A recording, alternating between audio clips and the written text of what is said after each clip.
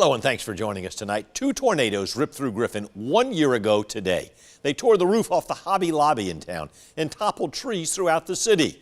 It kicked off months of recovery and rebuilding for much of Griffin, Spalding, and Henry counties. Today, one of those businesses is open again.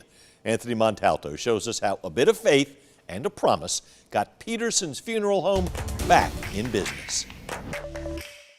This time last year, this building looked a lot different. It was Peterson's Funeral Home, and at the time, there was a tree lodged in the roof right over the viewing room. The staff went home that night lucky to be alive.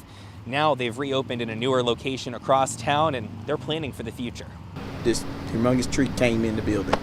My mind was just blank. Seemed like everything's just gone. Sometimes nightmares turn into dreams. She always told us, you know, y'all deserve bigger and better. She was Elaine Watkins. Her family went to Peterson's anytime they needed to say goodbye to a loved one. We buried her mom, we buried her brother, and we buried a sister of hers. So when Watkins passed, Peterson's took care of her too.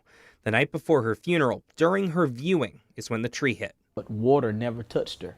But after we moved her casket, the water fell into the building. They held Watkins' funeral the next day, beginning a series of partnerships, using other funeral home facilities to run their own business.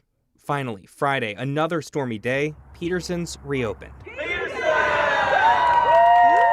Today, just seeing that ribbon being cut was just a lot of relief. It's a new beginning in both bigger and better. And Rain says he doesn't think they'd be here if it weren't for Elaine Watkins. It's maybe why the weather's like it is, because she's probably up there just dancing and going on to heaven because she's excited that we have accomplished what she actually prophesied over us. Now, last year we told you about a Bible that was the only thing that stayed untouched inside. They do still have it, but they're keeping it at home to make sure it stays safe. In Griffin, Anthony Montalto, 13 WMAZ News. Well, Damian Rain says they didn't qualify for any FEMA money, so they had to dip into savings to get into their new home. Now their goal is saving that money back while continuing to serve the Griffin community.